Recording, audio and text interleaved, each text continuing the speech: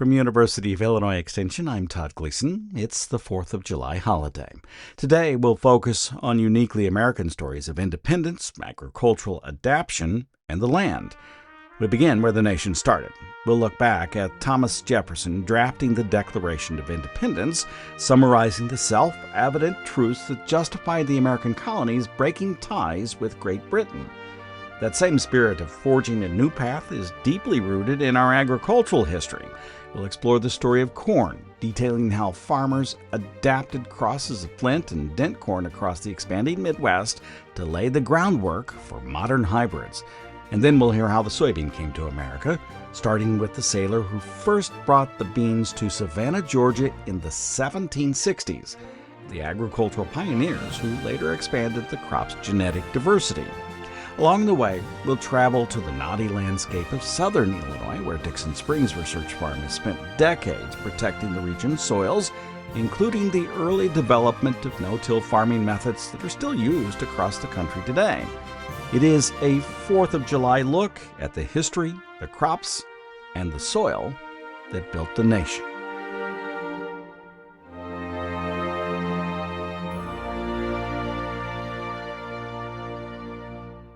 Our forefathers declared sovereignty when 56 men of the American colonies signed the Declaration of Independence.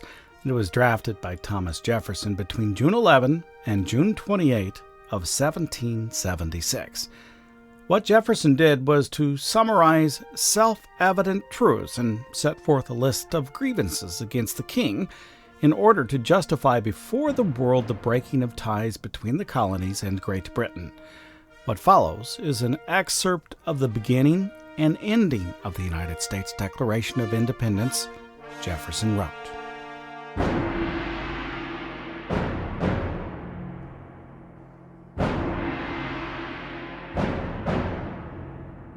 In Congress, July 4th, 1776. The unanimous declaration of the 13 United States of America. When in the course of human events it becomes necessary for one people to dissolve the political bands which have connected them with another, and to assume among the powers of the earth the separate and equal station to which the laws of nature and of nature's God entitle them, a decent respect to the opinions of mankind requires that they should declare the causes which impel them to the separation. We hold these truths to be self-evident, that all men are created equal, that they are endowed by their Creator with certain unalienable rights, that among these are life, liberty, and the pursuit of happiness, that to secure these rights, governments are instituted among men, deriving their just powers from the consent of the governed, that whenever any form of government becomes destructive of these ends, it is the right of the people to alter or abolish it, and to institute new government, laying its foundation on such principles and organizing its powers in such form as to them shall seem most likely to effect their safety and happiness. Prudence, indeed, will dictate that governments long established should not be changed for light and transient causes, and accordingly all experience hath shown that mankind are more disposed to suffer, while evils are sufferable, than to right themselves by abolishing the forms to which they are accustomed. We, therefore, the representatives of the United States of America in General Congress assembled, appealing to the Supreme Judge of the world for the rectitude of our intentions, do, in the name and by authority of the good people of these colonies, solemnly publish and declare that these united colonies are, and of right ought to be, free and independent states, that they are absolved from all allegiance to the British Crown, and that all political connection between them and the state of Great Britain is and ought to be totally dissolved, and that as free and independent states they have full power to levy war, conclude peace, contract alliances, establish commerce, and to do all other acts and things which independent states may of right do. And for the support of the Declaration, with a firm reliance on the protection of divine providence, we mutually pledge to each other our lives, our fortunes, and our sacred honor. excerpts from the Declaration of Independence. If you'd like to read an entire transcription of the document, visit the National Archives online.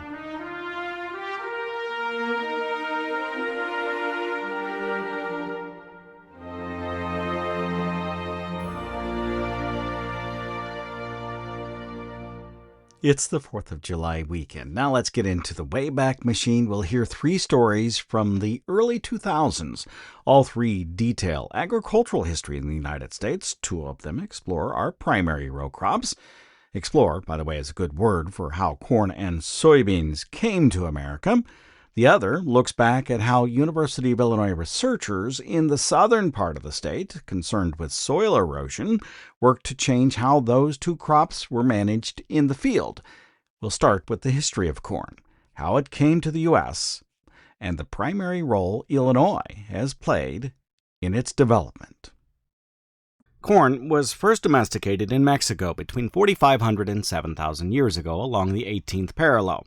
It was flint corn. Somewhere around 1000 BC, retired corn breeder Forrest says this early corn was moved into the area we now know as New Mexico and Arizona. And then dent corn came in after Columbus, probably Cortez, when he went to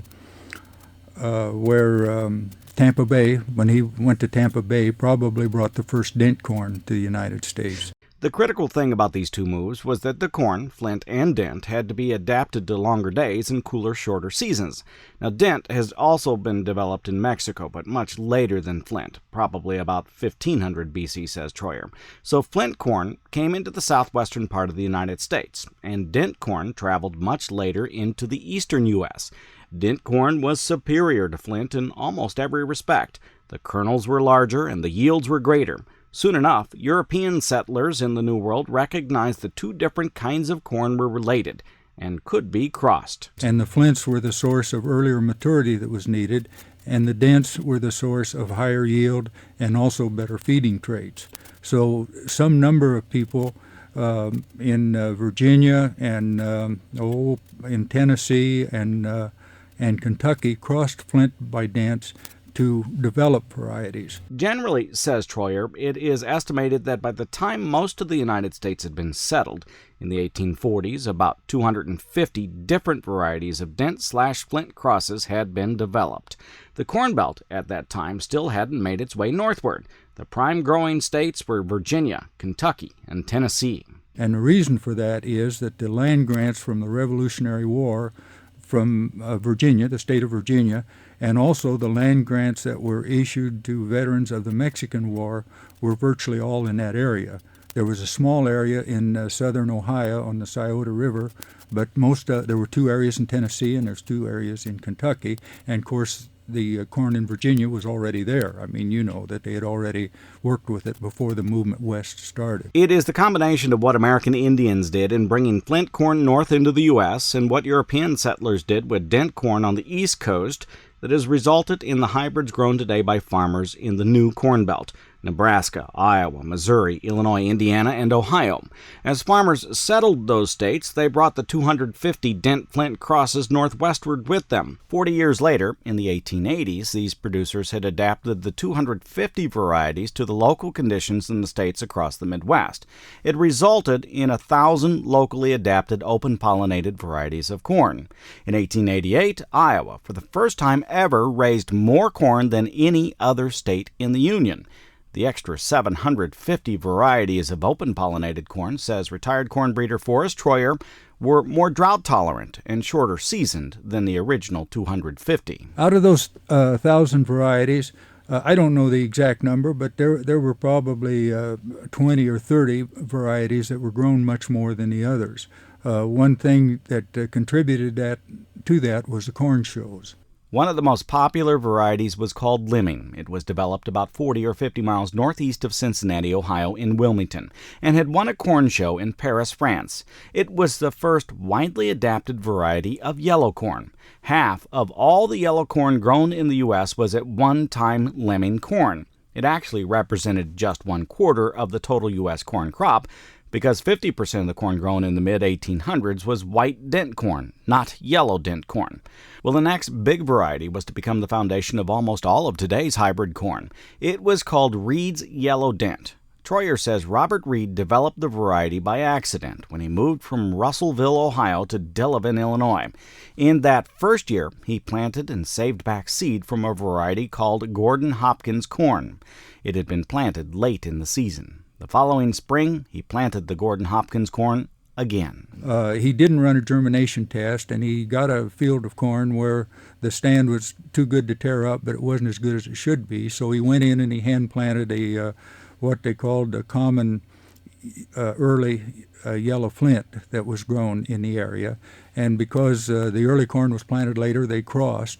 And then over a period of at least 40 years, Robert Reed and then later James Reed selected Reed's Yellow Dent. It became very popular after winning the corn show at the Chicago Columbian Exposition. Troyer says because of the win, farmers oftentimes called Reed's Yellow Dent World's Fair corn. Perry Holden, head of the agronomy department at the University of Illinois, evangelized Reed's Yellow Dent, and he convinced the Funk brothers of Bloomington, Illinois, to start producing and selling Reed's Yellow Dent. Holden later took a position at Iowa State University and took 600 bushels of Reed's Yellow Dent with him. Troyer says some Iowa seedsmen were not very happy about the introduction of an Illinois corn in their state. It soon replaced a lot of the varieties that were formerly in Iowa. Reed's Yellow Dent and livestock feeding trial studies from the University of Wisconsin and Purdue are the major reasons U.S. corn farmers abandoned white corn. By the way, most of the 1,000 original pollinated varieties developed and grown in the Midwest were white corn. The university studies proved pigs grew faster when they ate yellow corn. It was because yellow corn provided a good source of vitamin A, and white corn did not. A Reed's Yellow Dent was the most popular open-pollinated corn variety in states like Ohio, Indiana, Illinois, and Iowa. But the farther north you went, the less tolerant it was of the shorter, drier growing season. Well, the University of Minnesota went to work on the problem and solved it with a yellow dent corn called Minnesota 13. These two varieties, says Forrest Troyer, set the stage for the development of hybrid corn. By 1920, the double-cross hybrid method had been developed by Donald Jones. Still, it remained difficult to find 4 inbreds good enough to make a double cross to sell. Henry Wallace, who founded the Pioneer Seed Company in Iowa, sold the first double-cross hybrid in 1924. It was called Copper Cross. It wasn't until 10 years later, in 1934, that hybrid corn varieties even made a dent in U.S. corn production. Forrest Troyer says that year, 0.3% of all corn sold for seed in the U.S.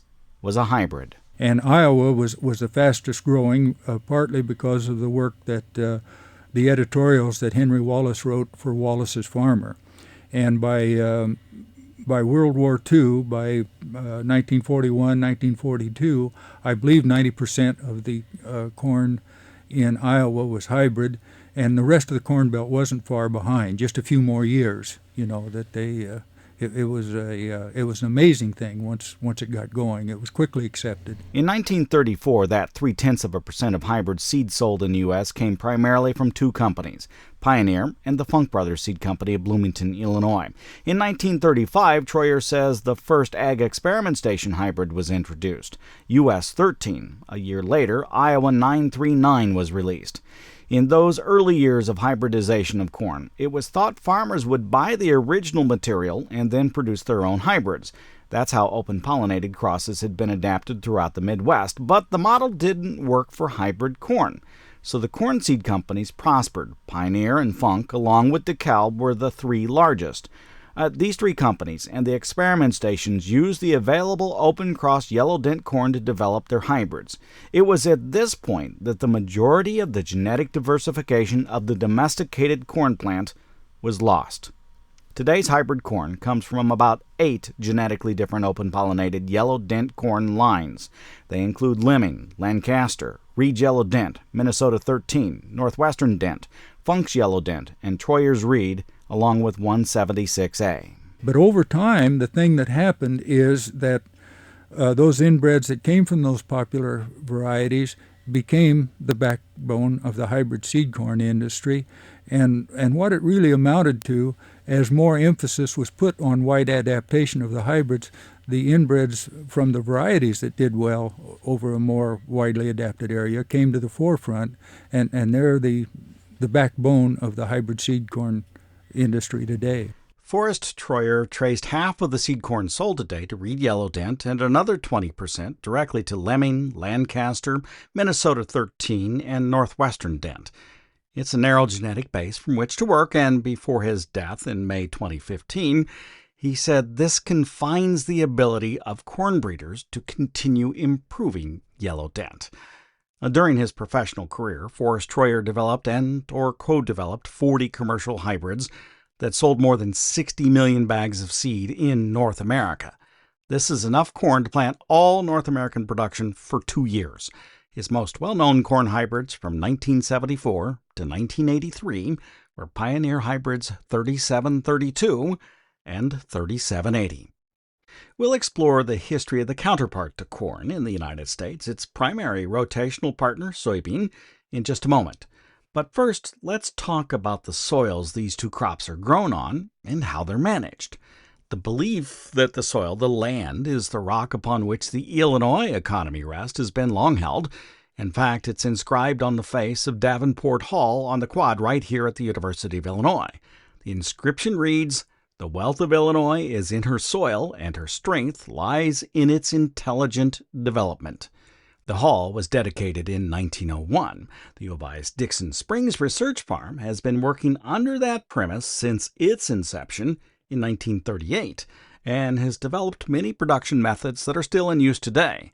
The history of corn and soybeans is not complete without introducing no-till in an effort to manage and preserve our soils. It was here in deep southern Illinois, close to the Shawnee National Forest and the furthest north cypress swamp in the United States, that the modern era of farming was challenged and changed. The lands roll, and when it rains, wash away into the Ohio and Mississippi rivers by the ton, or at least they did, until a University of Illinois agronomist decided there had to be a better way to grow crops on the hillsides. For 37 years, George McKibben experimented and evangelized what was to become the modern era of no-till farming. Illinois agronomist Steve Ebelhair explains the effects of the research can be seen throughout the southern Illinois landscape. Oh, absolutely, because back in the 30s and 40s, when the area was still under conventional tillage system, we saw a lot of really gully erosion, a lot of water coming off the fields just saturated with soil, just dark soil moving off the profiles, off the landscapes. And now when you see a rain, it's mostly clearer water, not a lot of soil movement because the residues are helping hold the soil in place.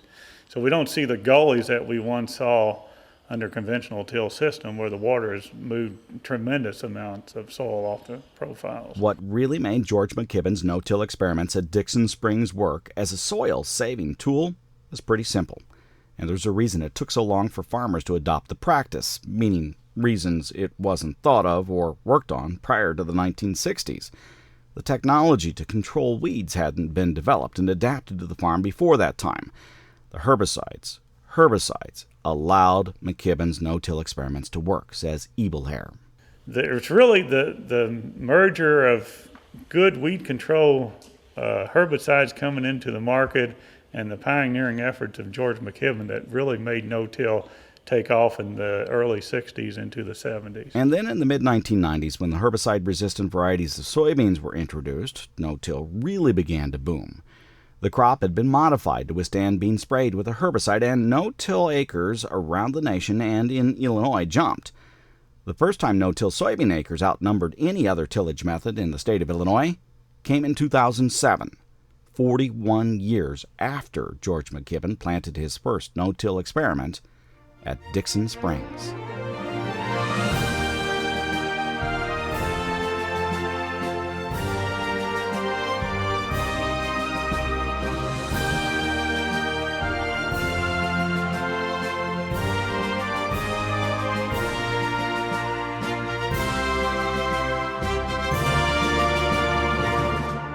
Let's continue on now. We have another crop to explore. Following the historical advancements in corn genetics, and prior really to the implementation of no-till farming systems, agricultural progression shifted focus towards the cultivation and genetic expansion of the soybean. The historical trajectory, however, of the soybean reveals a timeline spanning thousands of years from its wild origins in Southeast Asia to its widespread commercial cultivation right here in the United States. Well, the first written record of the soybean dates to the 11th century BC. The plant originated in the wilds of modern-day Laos, Cambodia, and Vietnam. From these points it spread, first to China in the north, says University of Illinois plant geneticist Ted Hymowitz. There, Chinese farmers adapted Glycine soja, or the wild annual soybean, for cultivation. So the farmers of China took this small black wild annual and domesticated it. When I say domesticate, what I'm referring to is just two traits they selected for. And those traits were simply upright plants. The wild soja is prostrate, recumbent, tends to trail, climb. And the second was once that it's prostrate, straight up, erect, we could then select for large seed size. Well, those two traits mark the only real difference between the first domesticated soybean and its wild ancestor, and it happened about 3,000 years ago. It wasn't until the 20th century that the next real evolution of the soybean occurred. With the mechanization of agriculture, farmers and soybean breeders quickly realized another third trait had to be added to the soybean. It shattered at maturity, and this was bad. Farmers needed to be able to harvest soybeans without having them pop out of the pod before they could be put into a machine. So thus the third trait occurred, and that was due to the thrashing mechanization that the farmers did not want in the United States bring the soybeans to the thrashing floor, and it would just be a mess. So selection occurred for soybeans that did not shatter. And in a line called CNS, Clemson non-shattering, that trait of not shattering was incorporated into all soybeans, commercial soybeans now grown in the United States and elsewhere. So the domestication of the soybean started about 3,000 years ago. The first written record comes from the 11th century before Christ. The bean is derived from a wild annual called Glycine soja that looks a bit like a morning glory. It's a viney plant that climbs and trails and produces small black seeds. It can still be found today. This plant was domesticated by Chinese farmers who made it stand upright and increased the seed size. And then U.S. farmers added a third trait. They bred the soybean so that it would not shatter at harvest. Ted Hymowitz told me when we spoke for this story in the early 2000s that the third trait happened long after the soybean arrived on our shores. That story begins prior to the Revolutionary War with a single individual who sailed the 7 seas and brought the soybean to North America from China. Well, in 1758, Samuel Bowen signed on as a sailor with a ship called the Pitt. He was an Englishman. The ship sailed to India and then on to Hong Kong. From there, says plant geneticist Ted Hymowitz, Samuel Bowen signed off the Pitt and onto a ship called the Success. Hymowitz and a friend spent 2 years tracking Mr. Bowen's movements by researching the University of Illinois Library. Anyway, the Success, says Hymowitz, sailed north from Hong Kong to Tianshan, China. There, the ship was captured because the British were not supposed to be trading other than in Hong Kong, and the emperor was annoyed. The ship was never seen again, probably sunk. And Mr. Bowen and those people on the ship were held hostage, Mr. Bowen writes, for 3 years. He was held a hostage. And eventually imprisoned in Hong Kong. Actually Macau, next door. Samuel Bowen was eventually released and made his way back to the colonies, in this case Savannah, Georgia. He brought with him a bag of beans, soybeans. It was the mid-1760s. Now, Mr. Bowen was something of an entrepreneur. In 1767, Bowen was issued a royal patent for soy sauce. He'd acquired some property in Georgia and was growing and pressing soybeans into sauce on a farm he called Greenwich. The sauce was grown for export to England. And it was quite a business. He was an entrepreneur because he also had the idea of crushing peanuts for oil. And in fact, we have records that he did it. So he was an entrepreneur. Unfortunately, he died 10 years later, and in 1777. Despite his death, Bowen had managed to leave a legacy, the soybean. The first recorded evidence of the soybean in the United States belongs to him. The minutes from a 1765 meeting of a Philadelphia Society for the Promotion of Agriculture acknowledges the receipt of 6 bottles of soy and seeds of Chinese vetch from Samuel Bowen. And that is one story of how the soybean arrived in North America. There are others, and Ted Hymowitz harbors one of them, but they cannot be proven. So it's a ship called the Success, Chinese imprisonment, and Samuel Bowen that are credited with the introduction of the soybean to North American farmers. Now let's follow the soybean in the last century. On February 18, 1929, Howard Dorset of Carlinville, Illinois, and Bill Morse, a native of Lowville, New York, set out from the States for East Asia. The United States Department of Agriculture dispatched the two and their families on a mission to collect accessions, different types of the soybean. In the late 1920s, it was apparent the soybean was about to become a very important crop in the United States. USDA wanted as many different versions of this Asian native as possible. Dorset and Morse were both plant scientists. By April of 1929, they and their families had settled in Tokyo. Over the next 2 years, the men, primarily Morse because Dorset fell ill with double pneumonia, collected exactly 4,451 different accessions of the soybean. Now, these were soybeans, says University of Illinois plant geneticist Ted Hymowitz, grown throughout East Asia by native farmers. All but about 800 of the original accessions have been lost. In the 1930s, there was no germplasm repository, and Hymowitz says the seeds were probed and, if found useless, thrown away. So they collected the seed, and their records I went through all their records, journal after journal, and it looked like nothing major was going to happen to the material. What was remaining, that is. There's some 850 accessions, something like that. However, in the 1950s, things began to change. What happened with the collection in the 50s, says Hymowitz, was unexpected, yet expected. He says when you collect a diverse set of materials, in this case lots of different types of soybeans, you do not know the value of the collection until something in it becomes useful. Well, in the 1950s, one of the accessions collected by Dorset and Morse, a soybean called Peking 88788, was found to be resistant to the soybean cyst nematode. The cyst nematode was and remains a major pest problem for U.S. farmers. The resistance found in 88788 is now incorporated, says Hymowitz, into about 95% of the soybean hybrids grown in the United States. So here is one line, 88788, that paid for all plant introduction experiments, exploration, since the beginning of the U.S. Department of Agriculture. That one PI. Hymowitz believes the material collected by Dorset and Morse will become more valuable over time because it was collected before modern soybean varieties were developed. We don't know, he says, what pathogens, diseases may inflict the bean in the future, so it's important to maintain the diversity of the remaining Dorset and Morse accessions.